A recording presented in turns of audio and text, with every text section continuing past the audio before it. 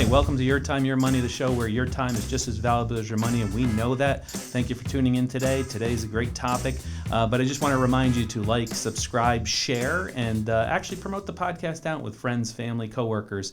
We have a lot of exciting topics coming in for 2023, and we're excited to receive those emails of suggestions and things that clients and prospects want us to talk about. So today we're going to be covering required minimum distribution. So I want to spend a few minutes covering that in a burst session today. And required minimum distribution is what happens to your pre-tax retirement money when you get to be the age of 72 under the new law.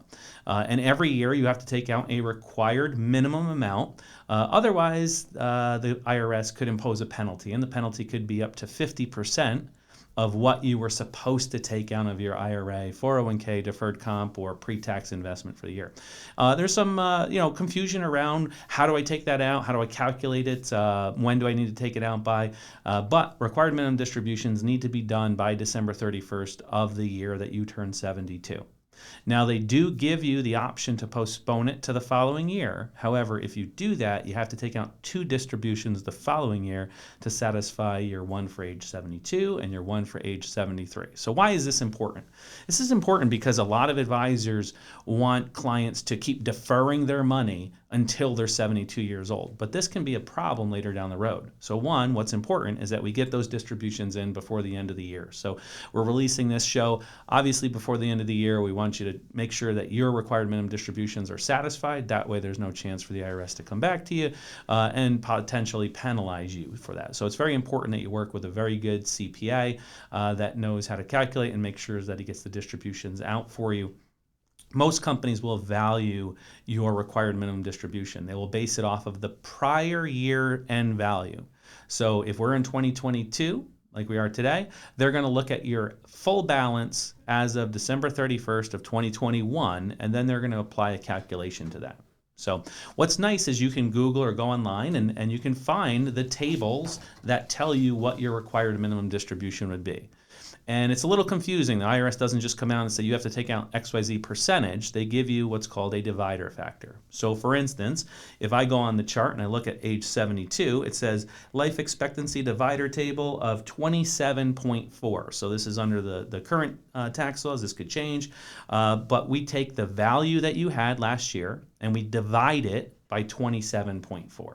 So what does that mean? That means for every $100,000 that you have in your pre-tax investment, which would be your 401k, 403b, deferred comp, traditional IRA, we take any of those monies, 100,000 say, and we divide it by 27.4, which gives you approximately about $3,650 that you have to take out by the end of the year. So it's not a huge amount based off of each 100,000, but imagine you have $1 million or $2 million or $3 million in your pre-tax investments. That can add up over a period of time. And then what happens is each year you get older, you have to take out, technically, a little larger percentage. And that percentage could be amplified by the fact that maybe your accounts grow in the market. Maybe they grow by 10 or 15% in a good year in the market. And all of a sudden you might end up in a situation where maybe you're in your mid 80s at 85. That same 100,000 of value now would have to take out almost $6,250 to be able to satisfy the required minimum distribution. So we've seen clients where their assets have grown phenomenally, they've done good savers, maybe they have a pension in the household, they have Social Security, they don't need their pre-tax money, and what do? They keep deferring those distributions until the required minimum kicks in. Well, some clients get into their mid to late 80s and they have to take out $300,000-$400,000 in a year. And that comes in as taxable income. And then what else does it do? It goes on to your what's called your Medicare MAGI, medical adjusted gross income, which calculates your Medicare premiums, which could go up. So who would have thought that taking from your IRA might affect your health care costs later down the road through your Medicare premiums? So we want to make sure that we're dialed in with a planning strategy for required minimum distributions. Another common pitfall that we find is some people will aggregate their RMDs. So if you have a 401k, maybe you have a 403b because you work for a nonprofit as well, and then you have some IRAs that you've moved money to over the years.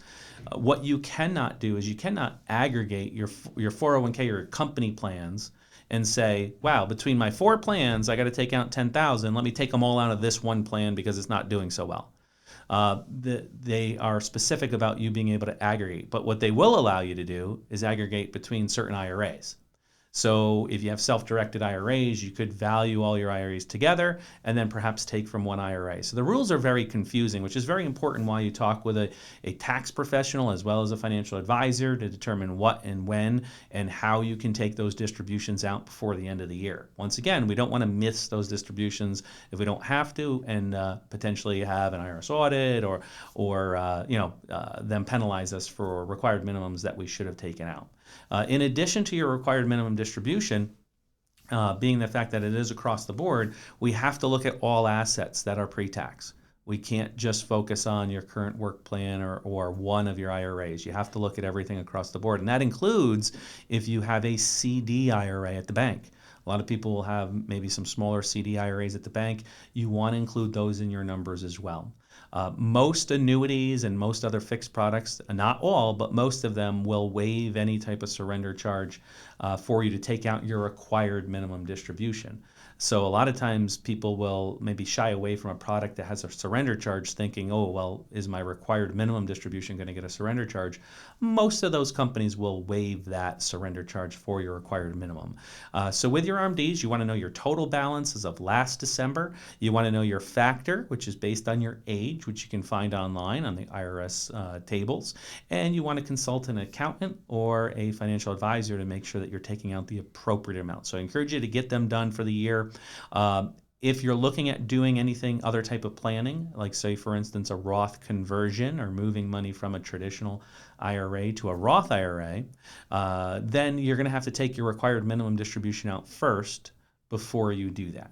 There are certain other rules that apply to RMDs. If you inherit the money from a parent or a spouse, and what the required minimum distribution would be as well, you should really talk with an advisor and an accountant about those situations because they are very unique in itself. So once again, get your RMDs done for the year. Make sure that they are the right amount and make sure that you're taking them from the right sources as well are the key points. So that's what we wanted to focus on today. Encourage you to contact the Esslie Group at 800-222-3202. We're located at 43 British American Boulevard in Latham, New York, 12110. And once again, you can find us on yourtimeyourmoney.net. Please like and subscribe through Spotify, Google Play, and YouTube as well. And keep sending those topics in so that we can make sure that we have pertinent information to you as well. Thank you and have a great day. It's your time, your money.